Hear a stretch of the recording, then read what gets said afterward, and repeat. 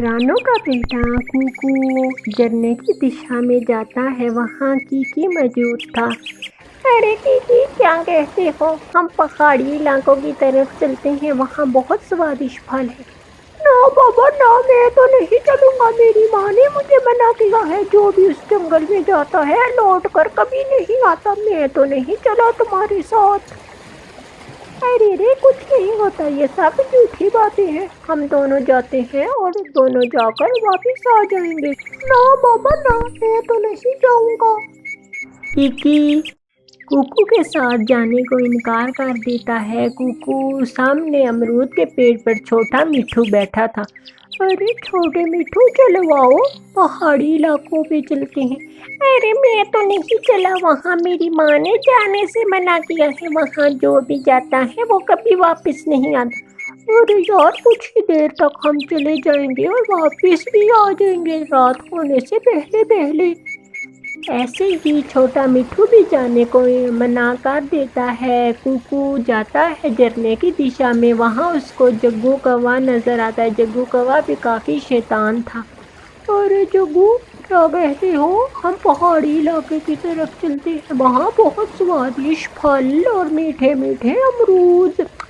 واہ بھائی واہ، بہت مزہ آئے گا، کیا کہتے ہو جگو؟ ٹھیک ہے، میں تمہارے ساتھ ضرور چلوں گا، میں سوادشٹ میٹھے پھل کھاؤں گا، میں سنترا بھی کھاؤں گا، آم بھی کھاؤں گا۔ ہاں چلو پھر، رات ہونے سے پہلے ہم واپس آ جائیں گے اور ہمیں گھر آنے میں جلدی ہوگی۔ ایسے ہی کوکو کہتا ہے، جگو سوچتا ہے اور جگو ہاں میں کہتا ہے۔ ٹھیک ہے چلو، ہم دونوں چلتے ہیں۔ واہ بھائی واہ، یہ ہوا نا میرا جگو دوست۔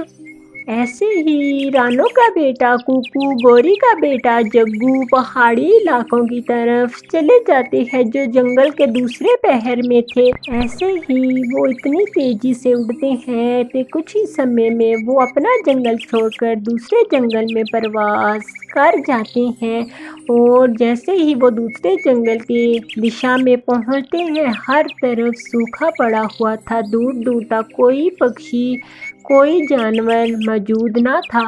ارے کوکو، ادھر تو کچھ میٹھا پھل نہیں ہے، میٹھا پھل تو نظر نہیں آ رہا مجھے۔ ارے دوست، چلو تھوڑا اور آگے اڑتے ہیں۔ ایسے ہی پھر دونوں تھوڑا اور آگے اڑتے ہیں، دور دور تک تیز دھوپ تھی اور ہر طرف سوکھا ہی سوکھا جنگل پڑا ہوا تھا۔ دونوں کافی دیر تک اڑتے ہیں اور اڑتے اڑتے وہ تھک جاتے ہیں اور ایک پیڑ کے نیچے بیٹھتے ہیں۔ ارے کوکو، مجھے بہت پیاس لگی ہے، مجھے پانی دو، نہیں تو میں تو مر ہی جاؤں گا پیاس سے، میرا گلا سوکھے جا رہا ہے، کوکو مجھے پانی دو۔ ارے میں کچھ کرتا ہوں، میں پانی دیکھ کر آتا ہوں، کہیں پانی ہے پاس میں۔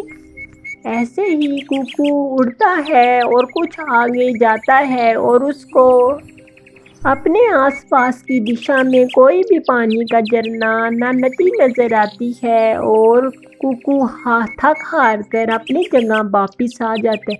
ارے مجھے تو کچھ پانی نہیں ملا اور دور دور تک کوئی بھی پکشی نہیں، نہ کوئی جانور۔ میں نے اپنے مجھے بہت پیاس لگی ہے کوکو، تم مجھے اپنے ساتھ لے کر آئے ہو، میں کیا کروں گا ادھر۔ ایسے ہی جگو رونے لگتا ہے۔ رانو چڑیا اپنے بیٹے کوکو کو ڈھونڈنے کے لیے جنگل کی دوسری دشا کی طرف جاتی ہے۔ سامنے مٹھو بیٹھا ہوا تھا۔ ارے مٹھو طوطے، آپ نے میرا بیٹا کوکو تو نہیں دیکھا، وہ صبح سے گھر نہیں آیا، پتہ نہیں کہاں۔ ایسے ہی طوطے کا چھوٹا بیٹا بولتا ہے، آنٹی مجھے تو کہہ رہا تھا کوکو کے پہاڑی علاقوں کی طرف جانا ہے، وہ تو پہاڑی علاقوں کی طرف گیا ہے۔ ارے میں نے کوکو کو بہت منع کیا، اس جنگل میں کوئی نہیں جاتا۔